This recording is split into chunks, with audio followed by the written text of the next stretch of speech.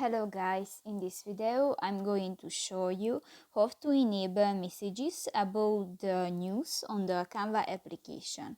But first of all, I just want to mention, please don't forget to subscribe to our channel, because at 100,000 subscribers we are going to show you our YouTube revenue statistics and growth strategy, how to make money online. So let's jump into it.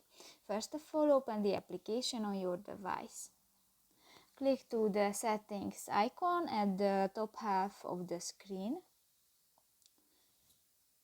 and go to the third option, the message preferences, and in the special event section you can find the what's new option and just click to the white circle icon, and this enabled.